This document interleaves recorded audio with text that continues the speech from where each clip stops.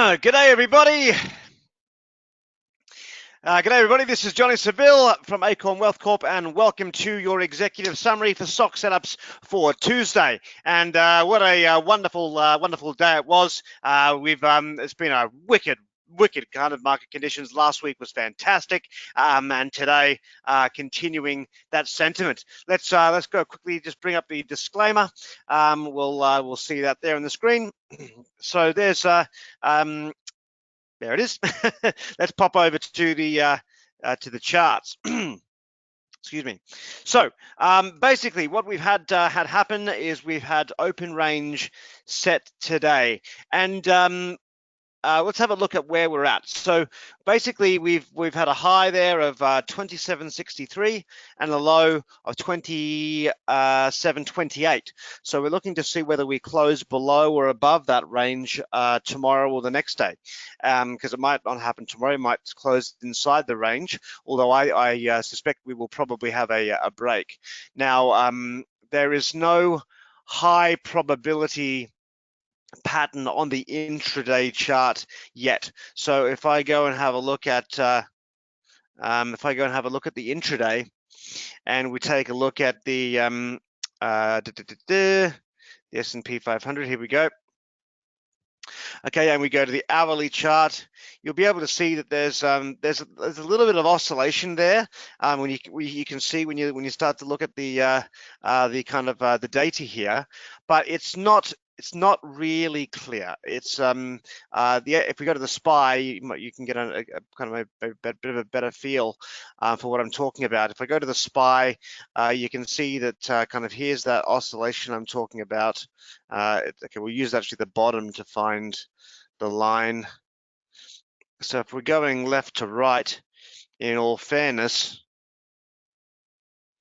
when you go left to right, you've already broken down from that oscillation. So there was oscillation here on the SPY on the 1 hour chart, but as you can see, it actually pops through in the middle. So we're more likely actually dealing with a head and shoulder than a downward channel. Now the head and shoulder therefore would have a target of, there you go, 274.02, which is exactly where we broke down to today.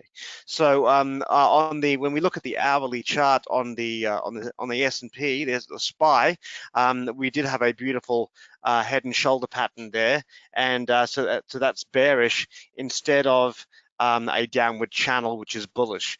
And by the way, this is once again why understanding patterns and probabilities is a very, very, very, very important and valuable tool and skill set, because it tells you what you need to know. Everything else is extra. Insider buying and selling is extra. When you start to look at Twigs money flow, that's extra. But none of that is important if we don't understand or valuable if we don't understand the pattern, because that tells us when timing is and what direction we should be going in. So anyway, the pattern there on the hourly chart is now over for the SPY. Now the pattern, however, on the S&P is not quite over yet. We did mention that that 2720 to 2700 area was going to be the target on the S&P 500's drop, and so we're pretty much there. Pretty much. The low again today was 2728. So we're bouncing off this 38.2% Fibonacci right now. So there is support here. I would consider that the target we have, the conservative target has now been hit, but there is still a little bit more downward pressure, which may be enough to get the open range to turn bearish, which could in turn lead to a much more serious sell-off. That could indicate the top of a market. So these next few months are going to be potentially where a lot of money could be made. A lot of money could be made, or if you're on the wrong side of it, a lot of money could be lost. So don't go anywhere. we'll be helping you helping guide you through it. The whole idea of sell in May and go away is hogwash if you've got market conditions like this. I'll be going away. I'm leaving the country for 2 months in June 18th.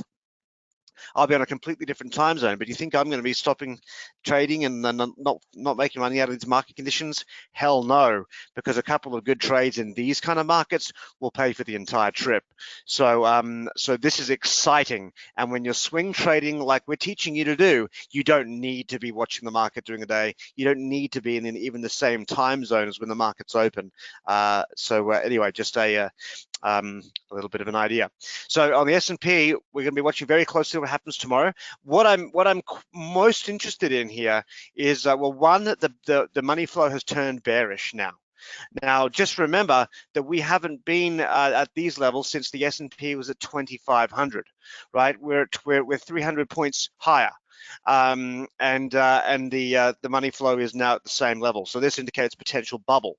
If we go to high yield bonds, HYG, you'll also notice that we have closed beneath all of the moving averages now. And the money flow is also bearish. And that is the first time that's happened again since high yield bonds were down at 81. Right now we're at 84.50. So there is certainly divergences here, and there is certainly downward pressure right now. The only thing that's not bearish about any of this is that we're at the 38.2% Fibonacci support on the S&P. And there could be some levels of, we're certainly into some oversold levels where MMFI is concerned, because we're down at 25, but this can keep going much lower. The problem about oversold indicators, for example, I mean, things like relative strength index and so forth, those are fine for saying things are oversold, but when you get big bearish moves, things can stay oversold for a while. So when you're dealing with an oversold indicator, for example, you don't use it the same when you're in momentum versus oscillation. If we are in, let me bring it up to show you as an example. So here's an example for CC. This CC was one of the shorts that came up in our scan in the smart money class. And of course, have a look at CC. It's clearly a momentum setup, a downward momentum setup. You can see that the relative strength index went below 30, indicating very oversold there at $37. And while it was in this oversold territory, which is a buy signal for a lot of traders, it was actually a beautiful short and continued to drop and drop and drop and drop because it's momentum. And so, for example, in this case, I wouldn't even consider looking at this as a buy until a whole number of factors come into play, and that RSI would have to recover quite a bit before I'd even consider it. So when you start to look at things when there's a lot of downward pressure in the market, we could be getting into oversold levels, but we could stay at those levels, is my point. And the same thing with WWE. We had a student who was who disagreed quite strongly with my pick on WWE, and I understand that. Look, I mean, look, and totally respect that. Everyone is entitled to their opinion. Not everyone's is going to be right. But I mean, when we had this, when we had WWE. And I'm still in these puts, by the way. I mean, this one is a head and shoulders play, as well as a upward channel breakdown, as well as taking on now momentum characteristics. So once again, you can see that if this was an oscillating stock, you would not buy this, because the pattern suggests to go long. If you're oscillating, you go long when the RSI is around 20. In momentum, you don't. You can actually stay short and even get into a short. So same indicator, same reading, but totally opposite actions depending on the pattern. So this is why patterns are so important, because they tell you all of this. So again, there's WWE again while we're on it. A great move so far, and again holding on to that still. Okay, let's have a quick look at some other things. Yes, also Dow Jones Global Index. Dow Jones Global Index is also bearishly dropping down, which is a weighted average of the worldwide indexes. So far, that's also looking like it's holding negative or bearish momentum. Okay, so a couple of longs quickly. CFMS obviously had a nice rally today, getting all the way up to almost $4. Certainly, you could have considered taking a small amount of profit, given it was up from whatever 340 to $4. Obviously, it's a 20% move, so nothing wrong with a small profit take. And I would still consider that if it rallies up there tomorrow. Obviously, given that we could go bearish on open range. At this point, I would look at. I'd look at a stop loss update. Let's have a look here. So I'd look at updating the stop loss to 333. Okay, so 333. 333, and I consider a short-term target here of 383. The high here was, let's have a look, the high was 394. So I don't know, so 386 is probably fine, actually. Just to take some partial profits. Now, let's take a look at, excuse me, let's take a look at the other long, which I wanted to show you, which was XON. Now, this is, I entered this today. Again, this was actually from the Smart Money class also, the Smart Money long class. So I got triggered into this. I think Greg and Sean also had a pre-program set and forget order to get into this as well. They got triggered into it today as well. So this is very interesting. And I don't want to get you excited about this. Or overly excited about this because anything can stop out, right? Anything can go bad, even if it eventually ends up being a fantastic stock longer term. If the whole market falls apart, it may have trouble getting going. But XON is something worth considering. I'm in it already, and I might buy some options as well tomorrow, some long-term $5 January 2020 calls is what I'm looking at. Which are about $1.20, I think, at the moment, something like that. Yeah, $5 calls. So January 2020 $5 calls I'm looking at. I'm already in the stock, but the deal here is, again, very significant smart money divergence, very, very heavy. When we look at when we take a look at the insiders, you can see that Mr. Kirk Randall, or Randall Kirk, has been accumulating quite a bit over this last little bit. Now, his chief science officer also sold 53%, which was back in March. But then 2.5 months later, all of a sudden he starts to buy up millions and millions and millions of dollars on top of the 99 million he bought here and the 12 million he bought there. I mean, the guy is putting in some big dough, right? So there's a lot of conviction coming in from the CEO / 10% owner, which is obviously a good sign. If there was other directors buying as well, I'd be really, really excited. But the other thing that makes this potentially exciting is that it's also in the diabetics space, and they claim to have one of the obviously this has still pending FDA approval, but they're beginning trials on a diabetes drug, which is potentially going to be one of the first drugs to kind of reverse the effects of type 1 diabetes. So there's a lot of excitement around it. Potentially, there's about 10 hedge funds that we've been looking at are holding this in their portfolio. The insiders are buying it, and of course, not to get emotionally attached to something, but if you do remember, our best setup from last year was TNDM, which was Tandem Diabetes Care, which we picked at $3.33, and is now and ran a stop. Our stop signal wasn't hit till $45, and then Greg picked it in Mastermind as a long again at 40, and it's rallied all the way up to $70. So this thing has been a money pit for many of you. I know some of you who are up 15, 1600%, who've taken holidays. I think one of you said that you'd bought a new car with your money from TNDM. Certainly many of you paid for your entire Acorn lifetime memberships with this one trade. So TNDM XON is interesting, and do take a look at it. And again, I'm already in it, and look at I bought it today at $5.03. Stop is at $4.63. First target's 576, but longer term potential momentum play, and would also consider the January 2025 dollar calls. On the short side, GLUU is continuing to drop nicely towards its target. Obviously, this was a bear flag as well as an upward channel breakdown, dropping beautifully. The September $9 puts that we suggested are up from $1.10 to $1.65, so almost 55%, which is beautiful. And looking good still. Nice bearish candle holding under the moving averages as they cross above.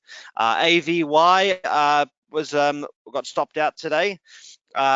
Just rallied, but now it got stopped out, however, at the below the entry signal, which is again why we look at having these types of setups where you lower your stop signal, because this hit the first profit target at 101.66 and then rallied back up to below the entry signal where we had moved that stop signal to. So a beautiful setup and locking in that nice trade. LRCX. Lima Romeo Charlie X-ray, obviously we're holding the options on that. The September 180 puts are up from 1390 to 1869 today, so also up about $6, so almost 50%, looking beautiful. What else have we got? Yeah, the WWE, the options are still up from $5.60 to as high as $9 today, so we're still holding on to almost about 100% on that one. The new ones that I positioned into today, CDNS I bought today. I sent it out as a text message alert. But here you go, CDNS. You got some nice insider selling, 71% from one director, and then multiple transactions from other directors. So there's insider selling. We've got, excuse me. You've got the money flow just turning negative today. So TradingView alerted me about this today, and so I bought the $60 puts at $2.63. And this is a potential momentum setup, which I'm looking for. And again, I would consider a. Let's just have a quick look here.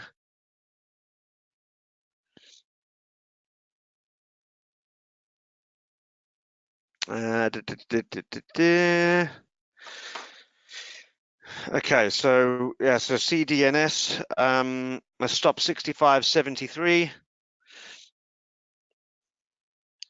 I'm not sure why this it was on here before. Anyway, let me write it down again. So yeah, so I bought the $60 August puts. Let me just check that. Sorry, this is all written down, and for some reason my computer erased it. It's the August $60 puts, which I bought for $2.63. Is how I've chosen to play this. The momentum target, but I would be looking at a first target of 55.33. Or excuse me, 54.83. And stop signal is at 65.73. The other one that I bought, now I didn't actually realize I was in this until after market close, because this was one I actually we found this in the smart money class for those of you who were participating in that, and you've got a couple of things going on, but it's got a nice potential head and shoulder pattern. Sorry, there we go. It's so there's that. You've also got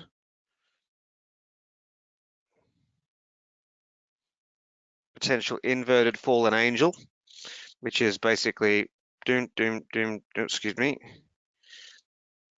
which is bang, bang, bang, bang, bang, a possible inverted fallen angel. So I actually triggered into this today, and as you can see, it broke down nicely on good volume and money flow dropping. So some of you who are in the smart money class might have picked this one out as well, as we'd had programmed an alert on this in the class. And I'm in the $72.50 August puts, which I bought at $4.50 today. So that's one I'm in as well, looking for a at least a breakdown to as you can see here, looking for at least a breakdown to 65.50. Okay, or just a little bit above that. All right, longer term that could continue dropping. Good insider selling on that as well. So one other to keep your eye out for is NYT. Now I'm already in this. I've held puts on this for a while. Again, we picked this out in March, so I've been holding the July puts, July $32 puts since then. So yeah, if this breaks down below 31.50 tomorrow, so 31.47, that could easily drop to 28.33. So that's another one to keep an eye out for. And again, I'm already holding the July $32 puts. At this point, though, I'd probably go out to August or September if they have those available. So there you have it. Again, this is all made possible through the patterns and probabilities, which again, if you haven't done the course and you haven't signed up for it yet, I'd ask you, what are you waiting for? It is, even if your schedule's busy, whatever it is, find a way to make it work, because it is in these kinds of markets, it's the oil that runs the whole machine, and it's the difference between potentially making tens of thousands of dollars, and not even if you're using a small account. I mean, in these option trades, I mean, we probably booked about $20,000 in options profits, and we're only trading no more than $3,000, $4,000 a trade. We've had option trades like NTNX, which we put $2,500 in, which made a $7,500 profit. So these are the kinds of things you can learn and have confidence in executing, and learn the skills of how to money manage and position size, and look at these types of setups. That's what you're going to learn, and that is well worth the money you spend on the course many times over. And we will be extending out the promotion to allow people that we were running last month, to allow people to still sign up before Wednesday's class, or sign up this week, so you can get into it as the material starts. The first lesson of material starts on Wednesday. So again, let us know if you're interested, because it is well worth it. And again, you can see the proof in the pudding right here, which is real exciting. Again, happy trading, and I'll see you all here soon. Take care.